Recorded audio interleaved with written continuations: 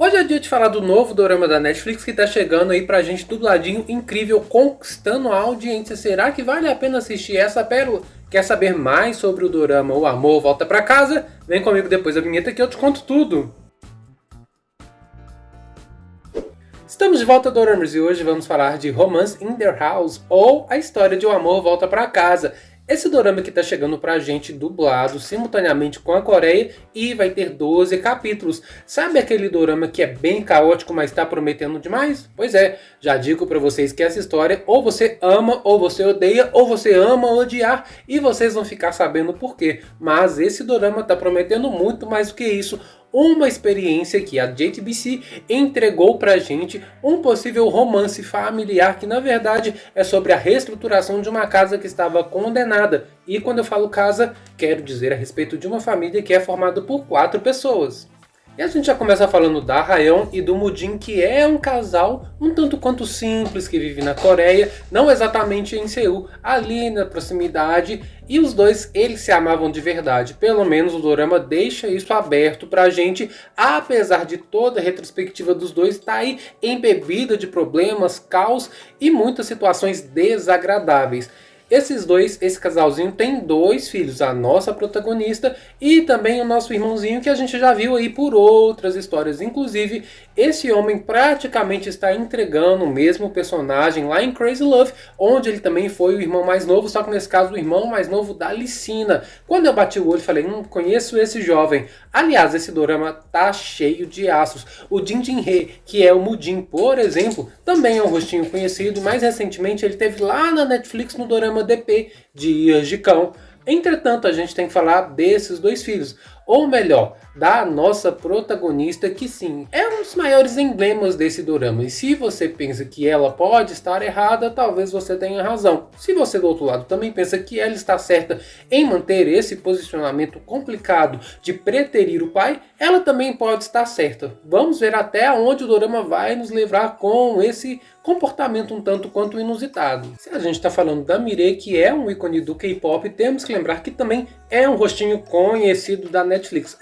Ela já atuou em Agência, que foi um dos melhores doramas aí do ano passado, e ela fez uma personagem completamente diferente. Apesar da rivalidade feminina, ela entregou um papel um tanto quanto cômico, pensativo, à frente do seu tempo, empoderamento, aquela questão toda que a gente viu no dorama, que inclusive tem resenha aqui no canal. Mas falando especificamente de O Amor Volta Pra Casa, nós temos esse casal que teve a relação um tanto quanto estremecida. Olha só, o Mudin, ele foi taxado como tudo de ruim nessa vida. Porco, mula, idiota, imbecil. Apesar de que a história entrega pra gente a perspectiva de uma forma mais cômica para que não fique tão pesado, né, Doramers? A própria filha nunca chamou ele desses nomes pejorativos, entretanto toda essa imagem negativa que foi moldada pelas pessoas no próprio pai fez com que ela ficasse com os 2 pés atrás quando se falava a respeito deste homem. E a gente tem que entender que nessa família, este homem, eles se casaram muito jovem, na verdade, e tudo isso aconteceu depois que a protagonista, a Rayon, ela acabou ficando grávida e teve a primeira filha, a Mirei. Entretanto, o Mudin, ele era um esportista, um homem jovem, sarado, e ele tinha a cabeça sempre elétrica, sempre à frente. Ele estava sempre pensando em coisas que não seriam tão usuais, como por exemplo um trabalho de segunda a sexta, não seria para ele. Ele sempre trabalhava com coisas diferentes e estava disposto a entregar o seu melhor e até mesmo inovar de uma forma a poder sustentar a sua família. Mas os negócios dele, infelizmente, não davam certo. Tentava novidade, tentava coisa tradicional com um toque diferente e infelizmente esses projetos dele nunca saíam do papel da forma como que ele queria, e era falência atrás de falência, negócios falindo, negócios dando errado, um após o outro, e ele sempre contava ali com o apoio da esposa, pelo menos a princípio, é o que o dorama entrega pra gente sem mostrar especificamente. A última situação foi um trabalho não especificamente dele, não um negócio mirabolante que saiu da cabeça dele, mas a esposa que ia fazer um restaurante e a única regra imposta por ela é que ele não deveria estragar este porque era a última na verdade tentativa para que a família desse certo. Entretanto, vocês já sabem, saiu tudo errado, Doraemers. Mas vocês sabem que toda ação tem uma reação e o Mudin, para conseguir dinheiro, para poder sustentar a sua família, ele chegou a pegar dinheiro emprestado com outras pessoas que não eram das melhores não. Tipo aqueles agiotas tradicionais coreanos que cobram com juros altíssimos. Pois é. Essas pessoas invadiram o restaurante da esposa, quebraram tudo porque ele estava devendo e fizeram isso praticamente na frente da Mirê, na frente da filha deles, que naquele momento já tinha um coração cheio de ódio porque tudo que o pai fazia dava errado e ele não colocava ali de fato o papel de provedor dele. E sim, a história, o dorama usa esse termo para esse pai de família, provedor, dorama. Fica tudo bem claro qual que é a intenção e o papel que o dorama atribui a cada um e como eles fugiram desse papel. E o dorama apresenta pra gente essas camadas de como cada uma das funções familiares foram desvirtuadas. A partir daquele momento, então, a gente entende que o Mudin, ele acaba deixando a família, não somente por ele, mas principalmente por conta dessa ruptura. A família não queria alguém que causasse apenas problemas e ele praticamente foi expulso pela esposa e pela filha que estava irredutível. Queria ele longe da família que seria dela. Então a filha, naquele momento, a Mirê, toma as rédeas e de alguma forma tenta ocupar o lugar do pai, tanto como marido quanto provedor. Entretanto, ela estava ali no ensino médio e precisava estudar, precisava juntar dinheiro, precisava de um bom emprego. Nesse meio tempo, a mãe então se propôs a fazer todo tipo de trabalho, mesmo braçal. Eles se mudaram, foram por uma casa mais simples. A mãe trabalhou em restaurantes, ela sofreu todo tipo de assédio moral, verbal, e isso foi repercutindo na cabeça da filha. Entretanto, o filho mais novo, ele não se lembrava muito bem dessas situações que estavam acontecendo em relação ao pai, só sabia que ele tinha deixado a família, que ele tinha sido expulso. Entretanto, eles nunca formalizaram o divórcio, pelo menos também é o que o dorama deixa pra gente aí subentendido nessas questões. A grande reviravolta do Doraemon acontece quando, depois de 10 anos, a família assistindo na TV confunde e pensa que este pai ele tinha acabado ali de perder a vida em um acidente que aconteceu em frente ao restaurante da tia deles, ou seja, da irmã do nosso protagonista. Obviamente essa confusão não foi desmentida, eles não procuraram saber o que aconteceu de fato e o mais, nenhum deles foi no velório do pai que teria sido expulso da família Doraemon.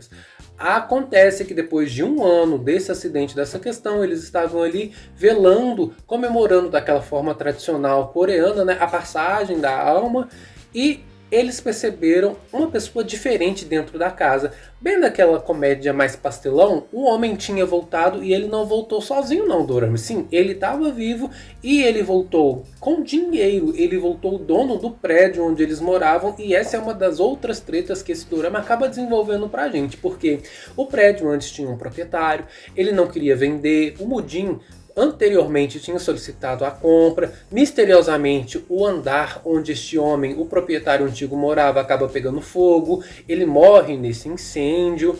Tem esse mistério além de toda a história. Os vizinhos começam a desconfiar que o Mudin, que é o novo proprietário, ele foi o responsável por ter levado, né, o antigo proprietário à morte.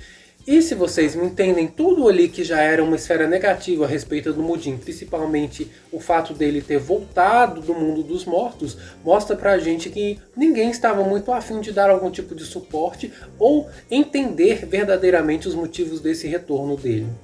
Como a história diz pra gente, o amor volta pra casa, essa seria a ideia. Ele tentaria resgatar a família, tentar resgatar o seu papel e receber o amor de volta, o amor que por direito na cabeça dele seria dele. Entretanto, ninguém, exatamente ninguém, vai facilitar esse retorno, a não ser o filho que fica um tanto quanto deslumbrado, porque nunca teve um pai presente, e ele vai tentar viver a todo custo essa paternidade que ele acabou perdendo com o tempo. Vai dar apoio pro pai, vai tentar entender um pouco mais a história, vai querer de fato que a família se reúna e viva feliz. Mas a esposa ou ex-esposa e a filha, a Mirê, vão querer viver as suas vidas do jeito que já estão aí levando. Apesar de que o dorama também deixa bem claro pra gente que a Mire queria uma vida diferente. Ela queria não ter que trabalhar como uma zumbi de segunda a sexta no escritório, tendo que entregar a última gota de energia. Ela queria cuidar dela mesma, da saúde, e o dorama coloca vários insights interessantíssimos que pessoas com mais de 30 anos, por exemplo,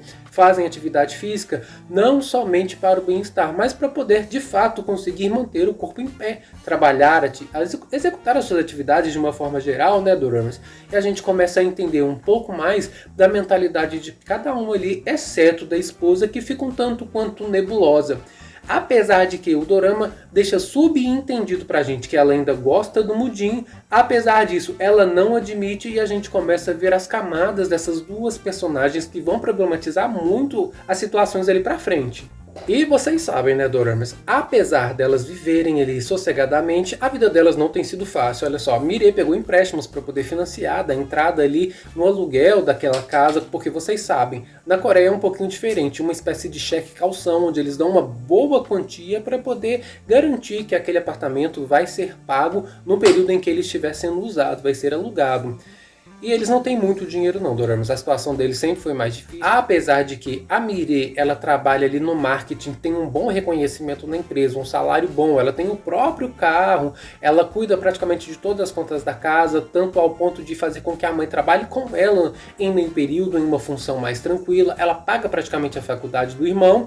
Entretanto, doramas, o aluguel acaba pesando, e quando eles percebem que o Mudin é o novo dono daquele lugar, daquele prédio, eles decidem sair, mas não dá muito certo, porque colocando na ponta do lápis eles teriam muito mais prejuízo, e decidem aceitar a proposta do Mudin, que é justamente que eles não tenham que pagar mais o aluguel dali para frente, muito menos o condomínio.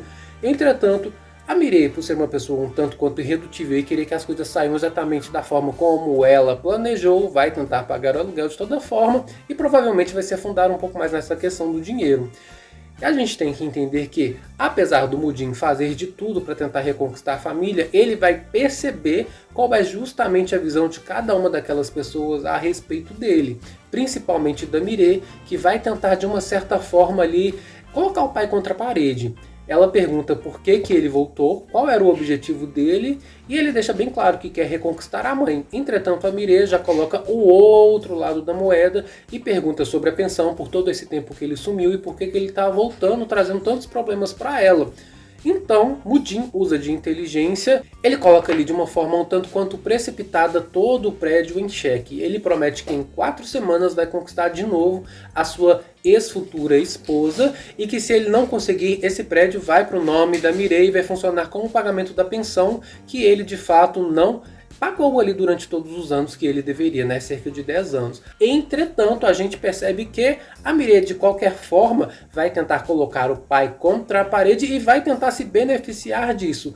Apesar de que essa personagem, além de ser complicada e mostrar pra gente a todo momento aquele olhar de preocupação e principalmente o olhar de ódio, ela acaba se confundindo, e quando ela tem que tomar de fato alguma postura, ela fica parada como uma estátua, fica pensando, eu devia fazer tal coisa, não devia fazer. E por essa personagem chata, por exemplo, eu já não assistiria o dorama. Entretanto, a história promete pra gente muito mais do que isso. Nós vamos descobrir de fato qual é o posicionamento da mãe, se ela ainda ama o Mudin ou não, se os vizinhos vão continuar ele de alguma forma atazanando a vida dessa família, se o Mudin vai conquistar de fato o seu lugar de volta como pai, a gente vai entender de fato o que ele fez para poder conseguir ganhar dinheiro, porque a gente já sabe que não foram criptomoedas, ele não ganhou na loteria, e este é um dos mistérios, além do antigo proprietário ter perdido a vida.